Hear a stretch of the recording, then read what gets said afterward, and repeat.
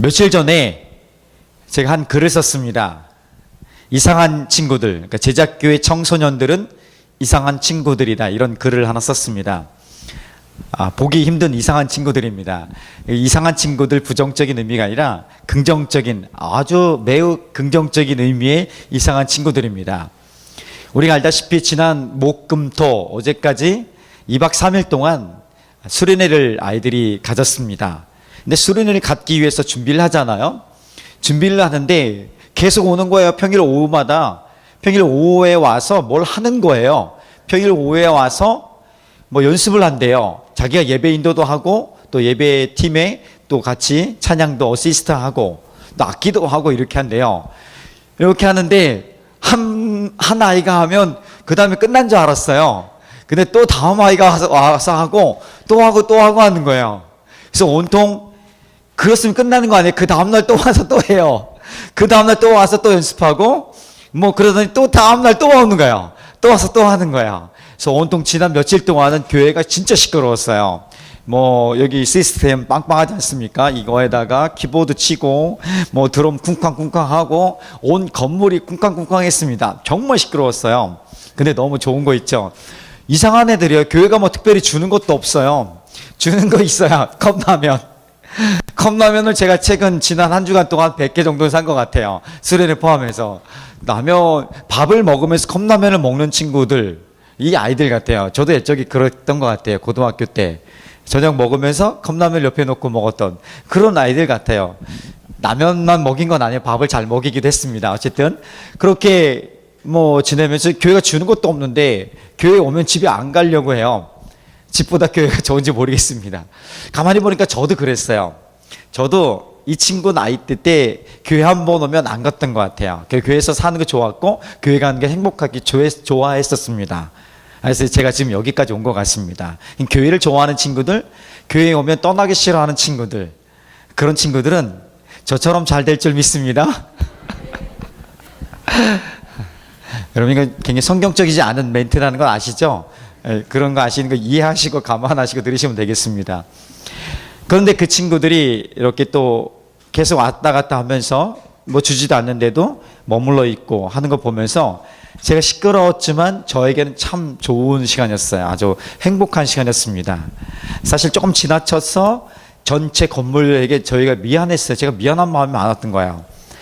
쿵쾅쿵쾅 하니까 한 2시간 하다 끝났으면 뭐 이 사람도 그렇겠지 하겠지만 내내 그러는 거예요. 그러니까 건물 전체가 아마 힘들었을 거예요. 저희 때문에. 그래서 복음 증거를 해서 여러분 드럼을 치지 않았으면 좋겠습니다. 제가 해도 뭐 살살 쳐라 전혀 뭐 별로 통하지 않습니다. 어쨌든 그러면서 제가 이야기를 들으면서 이 소리가 점차 울려서 저희가 앉아있는 사무실로 연결되었는데 너무 좋았어요. 행복했어요. 내가 너무 감사했던 거예요. 이런 아이들이 어떻게 될까? 새벽 이슬 같은 주의 청년들이, 저희 젊은이들이 주께로 막 나오는 것을 제가 꿈꾸게 되고요. 그 감격이 막 폭발하는 거죠. 그래서 수련회 내내 보는 순간마다, 이 아이들 보는 순간마다 내 마음에 감격이 오르는 거예요. 그러니까 저도 역시 아직도 젊구나 생각도 많습니다. 제가 그 6년 전에 사진을 하나, 왕신경 전사님 군대 6주죠? 4주인가 그 훈련을 하고서 논산훈련소에서 여기 퇴소했을 때 저랑 찍은 사진이 있는데 저는 똑같습니다. 그때랑 안 늙었던 것 같아요. 왕신경 전사님은 조금 늙은 것 같고. 그쵸? 맞죠? 저는 똑같죠? 정윤아, 아은아. 큰 소리로. 그쵸? 네. 똑같은 모습을 봤어요. 그래서 너무 즐겁고 좋은 시간이었던 것 같습니다. 그리고 하나님이 마음에 있으니까 너무 좋은 거예요. 거의 제가 그 둘째 날 오후에 아이들 점심 먹고 자유시간이 있었는데 그 자유시간에 이 아이들 노는 수준을 보니까요 어마어마해요. 이 노는 아이들 디비저 자는 애들이 없어요. 뭐 하고 노냐면 거의 그 성산 기도원이걸랑요 성산 노래방에 온 줄 알았어요. 성산 노래방에 온 줄 알고 우후 하면서 막 좀 이따 그 영상이 아마 다 밴드에 다 올라가 있어요. 한번 보시면 그 예배 시간이 아니에요. 아이들 자유 시간에 노는 모습들이 좀 이렇게 나왔던 모습이 있습니다. 정말 대단해요. 막 노래 마이크 잡고 자기의 노래방의 주인공처럼 막 하나님 찬양하는 모습 하면서 놀고 있는 모습들이 너무 좋았습니다. 그런 면에서 우리가 그 감동이 어땠는지 말로 전하는 것보다 한번 영상을 통해서 잠깐 봐도 괜찮을 것 같아요. 고난, 고난과 위기는요, 누구나 맞이합니다. 고난이나 위기는 누구나 맞이하는데, 고난과 위기가 우리에게 유익이 됩니다. 그런데 전제가 있습니다. 누구나에게나 이 고난이 혹은 유익은 되지 않습니다. 누구나에게 다 좋은 건 아니에요. 누구나를 다 성장할 수 있는, 그냥 고난 당하면 다 성장한다, 아니라는 거예요. 위기를 만나서 극복하면 누구나 다 성장하더라, 그것이 아니라는 거예요. 고난과 위기는 우리를 성장할 수 있는 기회인 것이 분명합니다. 그러나 누구나에게 그렇게 유익을 주는 것은 아닙니다. 오늘 대표적으로 나오는 사무엘상 30장 그리고 28장부터 계속되는 31장까지 계속되는 장면이 다윗과 사울의 대비에 대해서 나타납니다. 사울은요, 자기가 블레셋과 싸우려고 할 때 굉장히 큰 위기를, 생명의 위협을 느낍니다. 그래서 그가 찾아간 사람이 누구냐면 신접한 여인을 찾아갑니다. 무당을 찾아간 거예요. 무당을 찾아가서 어떻게 하면 좋겠습니까? 구합니다. 그래서 사무엘이 좀 불러달라, 유령을 불러달라고 합니다. 유령을 불러원해요. 그리고 자기가 그것에서 위로받으려고 해요. 결국 그가 어떻게 됩니까? 31장에 가면 블레셋과의 전투에서 사울은 비참하게 죽음을 맞이하게 됩니다. 반면에요, 똑같은 생명의 위협을 느꼈던 다윗은요, 오늘 본문에 나오는 생명의 위협이 있습니다. 자기를 따르던 부하들이 큰 위기를 당하자 누구를 찾냐면, 누구를 죽이려고 하냐면, 누구를 돌로 치려면 다윗을 죽이려 해요. 그런 생명의 위협이 자기에게 온 거예요. 그 생명의 위기가 왔을 때 다윗은 어떻게 했냐면 하나님 앞에 섰던 거예요. 하나님 앞에 서고 하나님 앞에 의지하고 기도하는 그 장면이 나온 것입니다. 그럴 때 다윗은 그 생명의 위기를 하나님께 가지고 나갔더니 하나님 고치시고 변화시키시고 그를 새로운 시대의 또 왕으로 세우가는 하나의 또 준비의 단계도, 마지막 단계로 하나님 세우시는, 역전하시는 은혜를 경험하는 장면이 나오게 되는 거죠. 자, 기억합시다. 고난, 누구나에게 유익이 되지 않아요. 그런데 고난이 유익이 되는 사람들은 그 고난의 시간에 하나님 앞에 시선을 주목하고 하나님 앞에 머물러 서 있을 때 가능하다는 거예요. 하나님 앞에 머물러 있을 때에 그 위기와 고난이 어떤 모양이든지 우리를 유익하게 하고 자라게 하고 성장할 수 있게 하는 것입니다. 자, 그 유익은 다윗 한 사람만의 유익으로 멈추는 것이 아니라 그를 따르는 모든 사람들에게, 그가 다스리는 그 나라 전체에게 하나님이 보호하시는, 하나님의 은혜가 강같이 흐르는 놀라운 일들이 있게 되는 것이죠.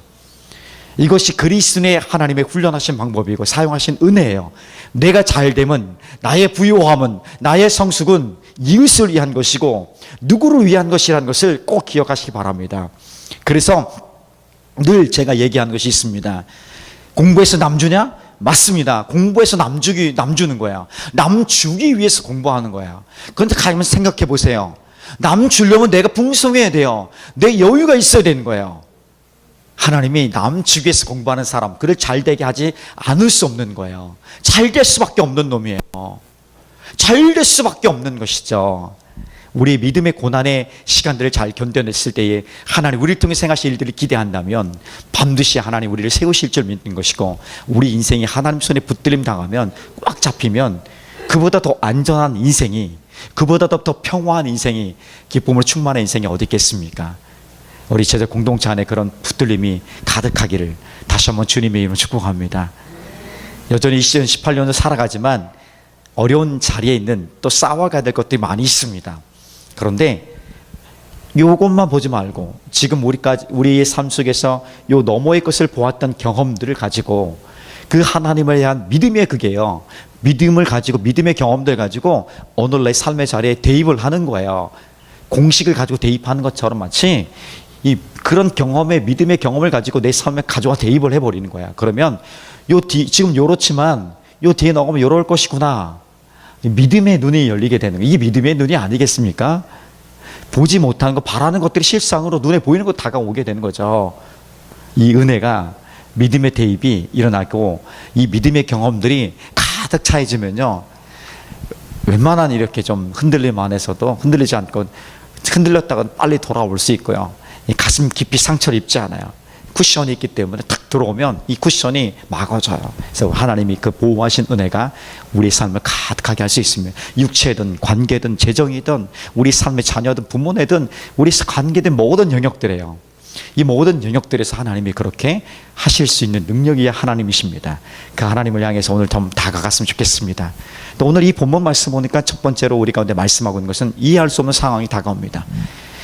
언젠가도 얘기했지만 이해할 수 없는 상황은 누구에게나 옵니다. 아니, 사실은 이해할 수 없는 상황이라기보다 좀 솔직하게 얘기하면 이해하고 싶지 않은 상황이에요. 받아들이고 싶지 않은 상황이에요. 싫은 상황이에요. 왜 내가 이 상황에, 왜 내게만 이런 상황이, 왜 내게 이런 위기가 찾아와야 합니까는, 그래서 받아들이고 싶지 않은 거예요. 그래서 누군가 우리 안에 큰 충격이, 큰 아픔이 왔을 때는 처음 반응이 뭡니까? 난 아닐 거야, 그렇지 않을 거야, 계속 부인하는 거야. 근데 그 부인한 작업이 어느 정도 지나가다 보면 그렇구나, 그 시간이 가면서 이거 내가 극복해야 될 문제구나, 이렇게 점점 가지 않습니까? 모든, 이것은 육체적인 영역뿐 아니라 모든 삶의 영역들이 마찬가지예요. 그런데 그 이해할 수 없는 상황, 아니 이해하고 싶지 않은 그 상황 속에서도 하나님은 여전히 우리를 보호하실까요? 하나님이 있다면 도대체 이런 상황이 일어나지 않을 것 같은 상황인데 그래도 하나님 여전히 우리를 보호하고 지키고 있을까요? 그 답을 찾았으면 좋겠습니다. 오늘 다윗이 그런 장면이 나오는 것입니다. 1절과 2절 말씀에 이렇게 얘기하고 있는 거예요. 자, 한번 스크린 보면서 읽어봅시다. 자, 시작. 다윗과 그의 사람들이 사흘 만에 시글락에 이른 때에 아말렉 사람들이 이미 네겝과 시글락을 침노하였는데 그들이 시글락을 쳐서 불사르고 거기에 있는 젊은거나 늙은 여인들은 한 사람도 죽이지 아니하고 다 사로잡아 끌어가고 자기 길을 갔더라. 지금 이 장면이 뭐냐면 시글락이란 마을 이름이에요. 이것은 뭐냐면 블레셋 가드 지역이에요. 블레셋 가드 지역이 있으면 이 변방 지역이 시글락이란 지역이에요. 여기 지금 다윗이 망명해서 가짜로 정치적인 망명을 한 거예요. 지난주 우리가 이어서 보면 정치적인 망명을 한 이유는 사울의 죽음의 위협으로부터 벗어나기 위해서. 정말 망명을 하니까 사울이 더 이상 찾지 않았습니다.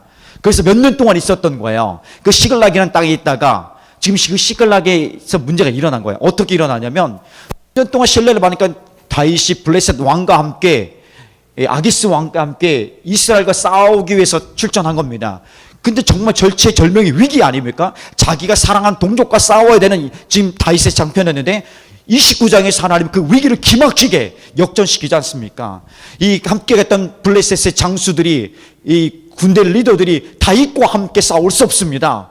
우리는 다윗을 보내야만 싸우겠습니다는 하나님 역전시키는 은혜가 있어서 할 수 없이 아기스 왕이 다윗을 보내버립니다. 다윗은 당당하게 내가 싸우고 싶은데 왕이 나를 서운하게 하십니까? 하면서 아주 좋으면서 이렇게 집으로 돌아오는 중이에요. 근데 그 거리가요, 그 전장터에서 자기 고향 시글락까지 돌아오는 거리가 100km 가량 됩니다. 사흘길이래요. 사흘길. 사흘 동안 오는 길이에요. 출전했다가 사흘길을 갔다가 싸우려고 했다 못 싸우고 머물러 있다가 다시 사흘길을 또 온 거예요. 100km를요. 행군해서요. 근데 행군에 이렇게 지쳐져 있는 거죠. 이 왔더니 지금 자기 마을이 어떻게 되면 완전히 불타버린 거예요. 먼지, 연기만 모락모락 나고 있는 거예요. 이게 무슨 일이지? 당황스러운 것입니다. 아말렉 족속이요. 여기 남방에 있던 아말렉 족속이 그 마을을 완전히 쓸어버린 거예요. 유다 지역이던 이 시글락이던 지나가면서 완전히 싹쓸이해 가는 거예요. 그래서 모든 것을 다 뺏어가고 모든 집들은 마을은 불태워버리고 남녀 그리고 아이들 모든 사람들은 다 포로로 잡아가 버린 거예요. 죽이진 않았어, 다행히. 포로 잡아가 버린 겁니다. 그랬더니 이것을 본 다윗과 다윗의 부하들이 너무 절망한 거죠. 너무 당황스러워. 너무 이건 말할 수 없는 상황이에요. 조금 전까지만 해도 아니 기쁨으로 막 행복하게 기막힌 하나님 은혜를 경험해 달려왔는데 그 마을에 도착하자마자 자기 집에 도착하자마자 말할 수 없는 절망이 탁 찾아온 거야. 아무것도 없는 거야. 다 불타버린 거야. 그러니까 그 엉엉 울 수밖에 없는 거야. 막 울다가 이제는 울고 있는데 이 울음 속에서 분노가 일어나요. 분노가. 우리가 그렇잖아요. 좀 정신 차리다 보니까 분노가 막 일어나는 거야. 이 모든 다윗에 따르던 600명의 사람들이에요. 600명 한결같이 분노가 막 일어나는 거예요. 이 분노가 막 일어나니까 이 분노를 풀 수 있는 대상을 찾은 거예요. 오늘 그 분노의 대상이 바로 다윗이 돼버린 거예요. 다윗에게 분노를 막 쏟아버리고 다윗을 돌로 치려고 하는 장면이 오늘 말씀에 나오는 것이 6절 말씀입니다. 자, 시작. 백성들이 자녀들 때문에 마음이 슬퍼서 다윗을 돌로 치자 하니 다윗이 크게 다급하였으나 그의 하나님 여호와를 힘입고 용기를 얻었더라. 다윗은요 생명의 위협을 많이 당했습니다. 그의 적들로부터 생명의 위협을 당했고요. 그리고 사울 왕으로부터 공격의 죽음의 위협을 당했습니다. 그런데 한 번도 자기를 따르던 자기 생명처럼 사랑했던 부하들로부터는 생명 위협을 당하지 않았어요. 근데 지금 그들이 자기를 돌로 치려하고 있는 거야. 다윗도 너무 힘들었을 거야. 다윗이 너무 당황한 모습이에요. 이게 뭐지? 이게 지금 무슨 상황이지? 이게 무슨 뭐지 이게? 아무리 다윗이 하나님을 경외하는 사람이라 할지라도요, 이 정도 되면요 정말 감당하기 어려운 지금 상황이에요. 자기가 몇 년 동안 이렇게 10여 년 동안 함께 하면서 하나님의 돌보심 아래 자기 안에 있었던 그 제자 부하들이에요. 정말 생명 같은 형제들이죠. 그들이 지금 자기를 죽이려고 하고, 이게 뭐지 하는 생각입니다. 잠시 그 놀라운 기막힌 은혜가 지금 분노로 가득했고 생명의 위협을, 죽음의 위기 가운데 지금 처해진 것입니다. 이때 하나님은 뭐하고 계셨을까? 하나님 왜 여기까지 인도하셨을까? 뭐지? 하나님이 살아계시다면 이게 일어날 수 있는 상황인가요? 우리가 같았으면 적어도 다윗의 부하 정도 우리가 될 것 같아요. 이건 아니라는 거죠. 그래서 우리도 역시 똑같이 누군가를 향해서 이 분노를 쏟아낼 그 대상을 좀 찾으려고 할 것 같아요. 그것이 하나님이든 누구든 간에. 근데 그 당시에 하나님이 다윗을 보호하신 거예요. 다윗을 이렇게 보호해 주셨어요. 다윗을 보호하시고 다윗이 하나님께 나아갈 수 있는 길을, 또 하나님이 그 위기에서 길을 여시는 것을 또 경험케 하시는 것을 보게 됩니다. 여전히 그 어려운 시간, 이게 뭐지 하는, 정말 있을 수 없는 이야기로 분노하며 원망하는 그 시간에도 하나님은 여전히 살아계시고 우리를 지켜보시고 바라보시고 보호하신다는 사실을 그 당시에는 모르겠죠. 그러나 여전한 그것은 사실입니다. 내가 인정하든 인정하지 않든 간에 다윗의 부하들이 그것을 보지 못하고 함부로 하고 있는 그 상황 속에서도 하나님은 여전히 다윗과 그와 함께하는 백성들을 보호하고 있다는 사실을 보여주고 있는 거예요. 예전에 함께 사역했던 여 전도사님이 최근에 아주 큰 교통사고를 당해서 완전 차가 폐차되어지고 자신도 많이 다 갈비뼈가 4대가 나가고 온몸이 상처를 입고, 그리고 그 가족들도 다 큰 부상을 당했어요. 간신히 하나님이, 여러분 이 차가 서 있는데 뒤에서 받았대요. 그런데 차가 폐차됐대요. 그럼 얼마나 빨리 온 거예요? 차가 100km 이상 왔대요. 나는 이해가 안 돼요. 어떻게 100km 이상 왔는데 그렇게 할 수 있을까? 아직도 잘 이해가 안 되지만 그렇대요. 그 조사 결과를 보면. 그래서 정말 큰 사고였었어요. 근데 하나님 보호해 주신 거예요. 이제 지금 병원에 입원해 있지만, 그분 만나서 병문하면서 제가 이제 지난 이야기를 같이 오랫동안 사역했으니까 함께 이야기를 나눴습니다. 그러면서 지난 추억들을 끌어왔죠. 그분이 약 10여 년 전에, 10년 전에 집이 다 완전히 타버렸어요. 화재로 인해서 그가 살던 그냥 집이 다 타버린 거예요. 아무것도 건질 수 없었어요. 애들 책가방, 입을 수 있는 기본적인 옷들, 음식들, 그리고 집도 다 타서 살 수가 없어요. 제가 그 자리에 갔어요, 같이요. 이건 뭐 말로 형언할 수 없는, 뭐 어찌할 수 없는 그 절망이에요, 절망. 그냥 엉엉 우는 거예요. 절망이에요. 그런데요, 놀라운 것은요, 그런 절망적인 상황에서도 하나님은 길을 여셨습니다. 하나님은 또 길을 여시더라고요. 참 기가 막힙니다. 입을 것도 없는데, 아니 살 것은 뭐 둘째치고요, 당장 입을 것도 없어요. 그런데 하나님은 그 길을 여시는데 놀라운 거예요. 살 집은요, 성도 중에 비어있는 집이 있었어요. 그 비어있는 집, 그분이 한 번도 아파트에 살아본 적이 없었어요. 그런데 그 비어있는 집이 아파트에 있었어요. 그래서 아파트에 살아볼 수 있는 기회를 처음으로 얻게 됐고요. 그 피로를 누군가 채워주고요. 이 피로는 살리면 누가 피로를 채워주고요.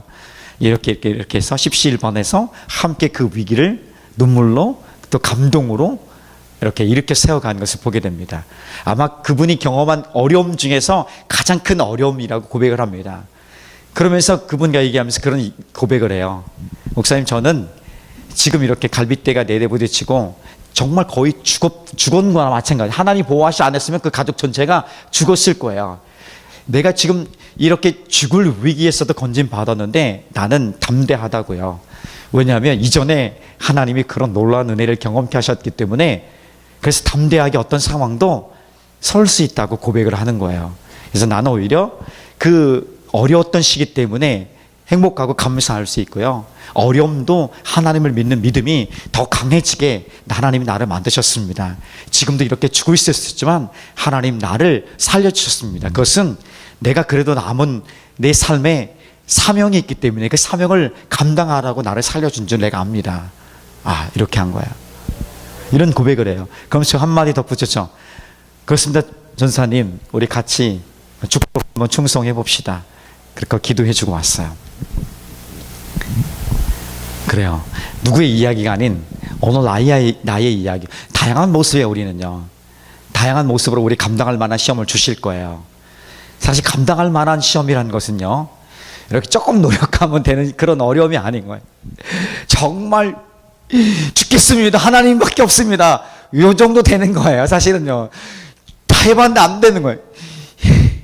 죽겠습니다. 우리 전사님들 죽겠다고 막 고백을 많이 했던 것 같은데 그 정도 돼야지 이제 넘어가는 시험들을 얘기하는 거죠. 여러분 청소년 수련회 오면 참 재미난 이야기를 많이 듣습니다. 옥상에 올라가서 떨어지려고 했더니 아플 것 같아서 못 죽고 참 어이없습니다. 그죠? 그게 보통의 마음인 것 같아요.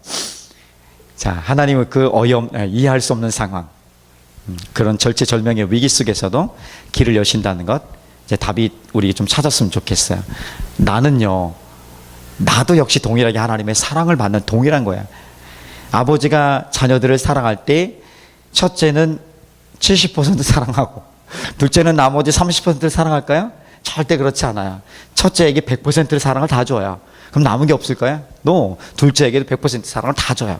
하나님 사랑, 우리 인간 약간 좀 이렇게 왔다 갔다 하시지만 하나님 완전하신 하나님은 다 똑같이 사랑하세요. 100%요.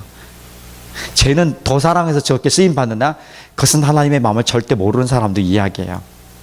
자, 하나님이 우리에게 동일한 은혜를 부어주시고 사랑하신다고 기억한다면 오늘 이해할 수 없는 상황도 하나님이 나를 보호하고 있다는 것을 믿으면서 그 시간에 어떻게 할까? 내가 선택해야죠. 묵묵히 주님 앞에 우리 시선을, 마음을 좀 집중해서 하나님 도와주세요.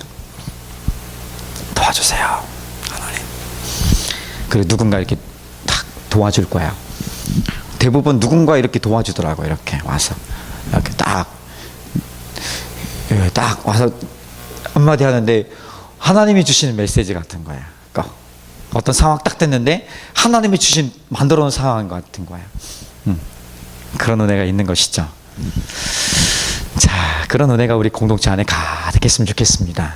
하나만 더 해야 되는데 해봅시다. 한번요. 한번 따라해 봅시다. 돌파구는 하나님이십니다. 다윗이 이 돌파했던 것은 하나님이에요.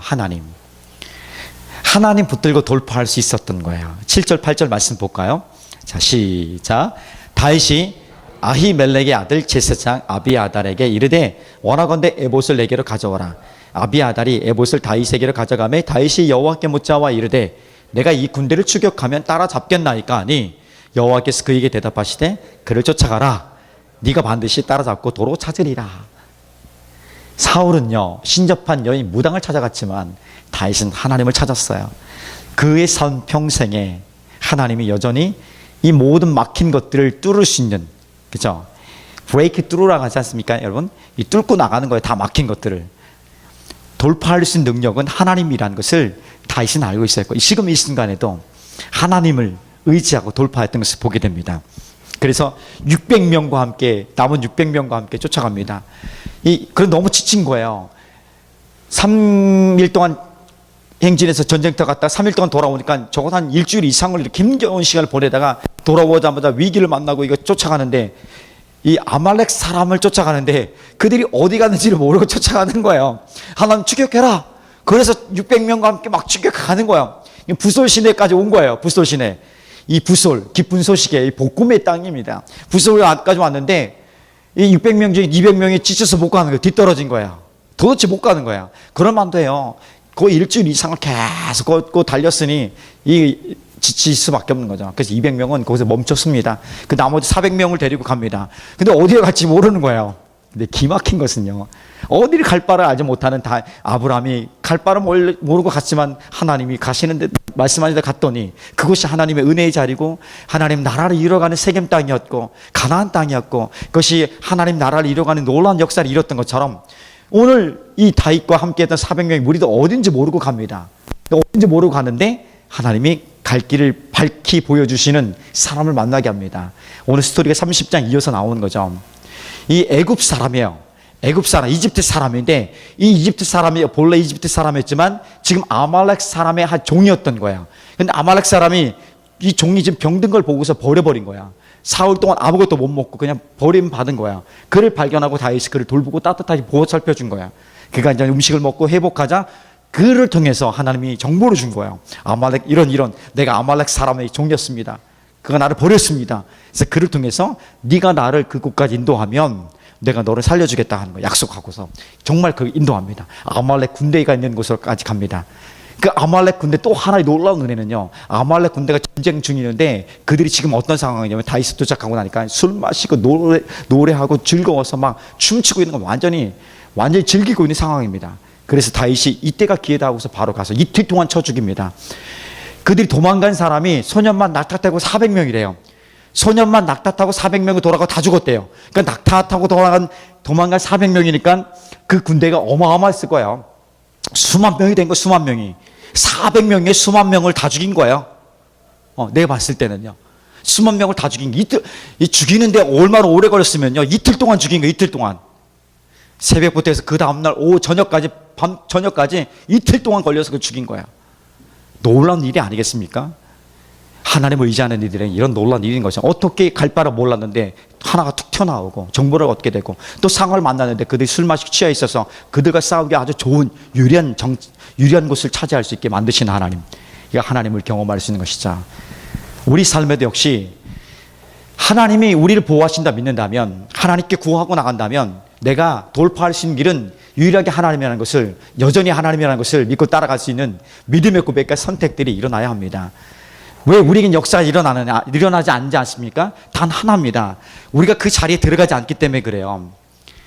내가 오늘 돌파하려고 쫓아가지 않기 때문에 그런 거예요. 하나님을 의지하고 하나님 말씀을 알아요. 오늘 들어서 알잖아요. 그런데 이것이 우리에게 삶의 능력으로 나타나지 않는 이유는 이 말씀 갖고 돌파하지 않기 때문에, 순종의 자리로 들어가지 않기 때문에 그런 거예요. 그 이유밖에 없는 거예요. 아니면 하나님 가짜 아니에요? 내가 그거 해봤는데 안 되더라. 그럼 하나님 살아계시지 않은 거잖아요. 하나님 말씀에 따라서 따라가라, 추격하라. 내가 너를 함께하기 너 도울 거다. 찾아올 것이다. 그걸 가는 거예요. 근데 안 가니까 문제가 일어나는 거예요. 하나님만을 섬기기로 했다면 그런 섬기는 자리에 있어야겠죠. 풀목불에 들어갈까 말까, 사자굴에 들어갈까 말까. 그러니까 우리 안에 능력이 나타나지 않는 것입니다.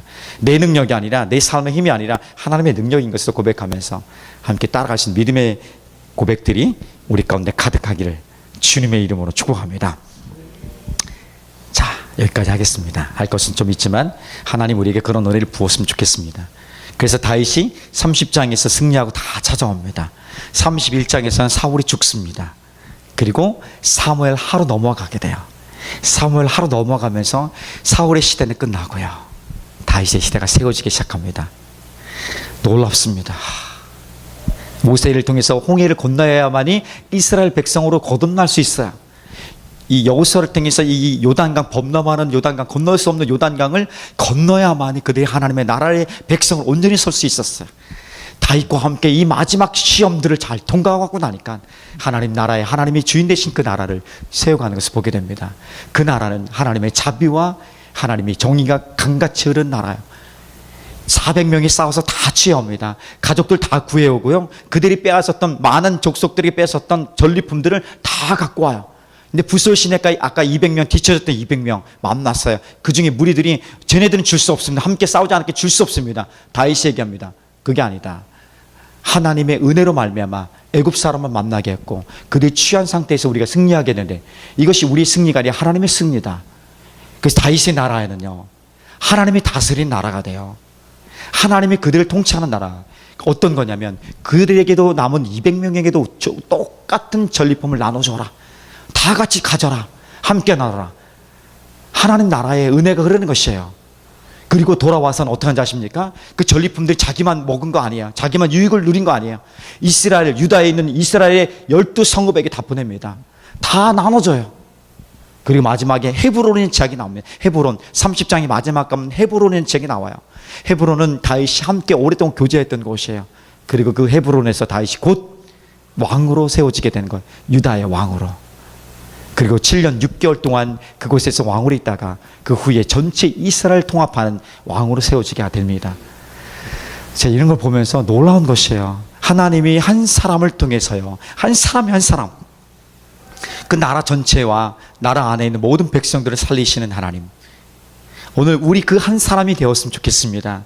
그 한 사람이 그렇게 세워지면 우리 공동체 전체가 하나님 앞에 쓰임받고 위대한 하나님의 사람들로 거듭나게 될 줄 믿습니다. 아멘.